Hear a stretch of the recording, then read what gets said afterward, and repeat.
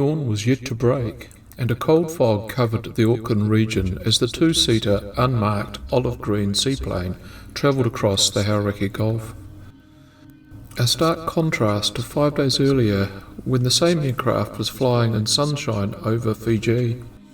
In Suva, they had got low enough to the vessels moored in the harbour to wave at the awakening sailors on board the US vessels.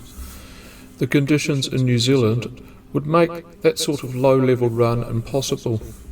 The lack of visibility did provide one major benefit to the pilot and observer. They were unlikely to be spotted. They were wrong on that score. Throughout the first half of 1942, the Japanese relentlessly advanced throughout the Pacific.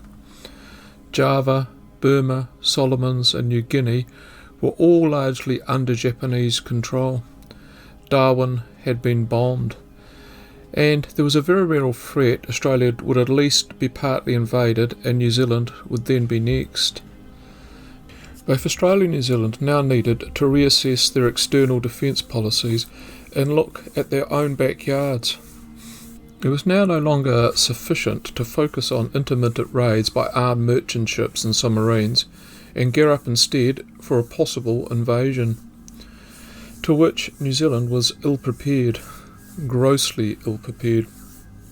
When the Japanese entered the war in December 1941, the total number of offensive frontline aircraft the RNZAF could put in the air was 72. 36 Hudsons involved largely in anti-shipping patrols, and the same number of Vickers Vincents the British RAF considered now obsolete.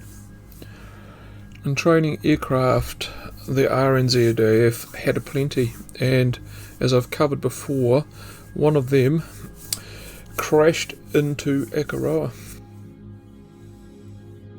There were 523 training aircraft to be exact, as well as 11,000 airmen and ground crew, mostly focused on operations over England and Europe. As the war in the Pacific escalated, the need to protect New Zealand from air attack and invasion became a pressing priority. Britain had her own issues with the German bombing campaign, and when requested, wasn't at all willing to release the Hurricane fighters New Zealand had requested. What the RNZAF did get to play its part in any possible invasion were 18 Kitty Hawks. These had only just arrived by May of 1942. Now, if you think our defensive capabilities in stunting any Japanese attack using air power were limited, on the ground it was worse, way worse. At the beginning of 1942, New Zealand had only 4 pieces of specialist anti-aircraft artillery in the entire country. Those 4 Bofors guns were then relocated to Fiji. Effectively, between February and April 1942, the country was defenceless against air attack, until in April replacements did arrive, including 16 3.7-inch guns. The only aerodrome in the whole country at the time with any meaningful anti-aircraft battery was at Whanuapai. Just 1 in 3 airmen was in possession of a firearm, and what's more, the country was broke, ripe for attack, from the sea and air. The Japanese submarine that broke the surface off Mayo Island near Tauranga in the wee smalls of May the 24th, 1942 was a Type B1. I-21 was a monster.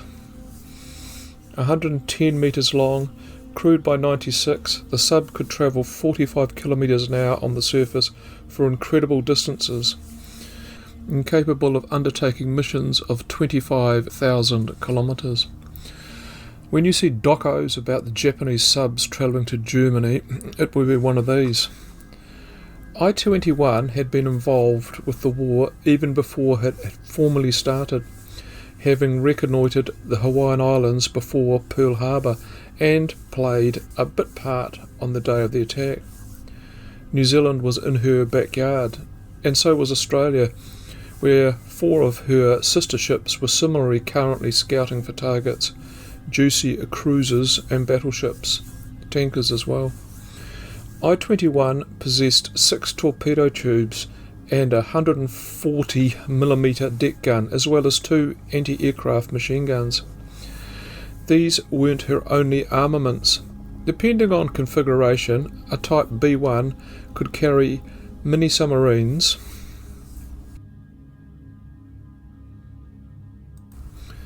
or in her case, a reconnaissance aircraft and a hangar connected to the conning tower. The pilot of that aircraft, a Yokosuka Glen E-14Y, was the 24-year-old Susumu Ito, and the observer, an enlisted man from the crew, Iwasaki. They had no cameras. Iwasaki carried maps, paper and pencils to keep record of what they saw. This was not the first time one of these aircraft had flown over a metropolitan centre of New Zealand, nor for that matter Auckland. That had occurred 2 months earlier, and I'll cover those two, yes 2, in a later video. It was dark as the Glen's 300 horsepower radial engine spat into action and using a catapult launched into the air. Auckland was 115 kilometres to the north. Cruising speed, and they would be there over the harbour in an hour.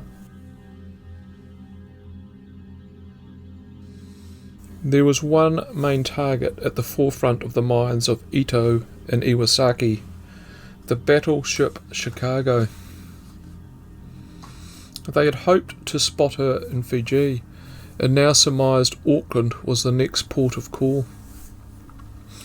They wanted to locate her or any similar high-value targets, and then they would send word to the other B-1s lurking off the east coast of Australia. Feasibly, they could be coordinating a mini-sub attack in Auckland Harbour in 7 days. It was a Sunday morning, and most of Auckland was asleep. The city was blanketed in the aforementioned fog. Even if the battery at North Head had have spotted the Japanese plane, they could have done nothing to throw in the air, as their guns were away being reconditioned. At 1,500 feet, the unobserved Japanese plane flew over Devonport Naval Base for over an hour. No significant vessel could be located, and the fog was getting worse, not better, as the morning progressed. It was now time to take their dismal news back to I-21. Only they were off course, and now travelling directly south towards the airport rather than southeast back to where the sub had submerged to avoid daytime detection. Hearing the plane overhead and presuming it to be an unidentified Allied aircraft, the control tower at Auckland Airport conveniently lit up all the runway lights. This allowed Ito to find his bearings and make the necessary navigational changes to reunite with the sub off Tauranga. 4 hours after being launched, the Glen was back at the rendezvous point, only they had a problem. To their horror, all there was empty ocean, and the I-21 wasn't to be seen. Thinking they had either miscalculated or the submarine had encountered a patrol in the light of day, Ito and Iwasaki began undertaking increasing circles around the pickup zone and radioing for pickup. They didn't have to wait long. I-21 surfaced, and within 30 minutes the plane was hauled on board, disassembled, and they were on their way to Sydney. There they would have more luck. I'll leave you to do your own research on that. Suffice to say, Ito was equally unmolested as he flew over the Sydney Harbour Bridge. And the sub went on to shell the city of Newcastle. It could have so easily been Tauranga they bombarded as well. Despite the country's clear inadequacies at the cutting edges, there was one thing New Zealand had in its armoury that was amongst the best at the time. A system of land-based interconnecting radar stations.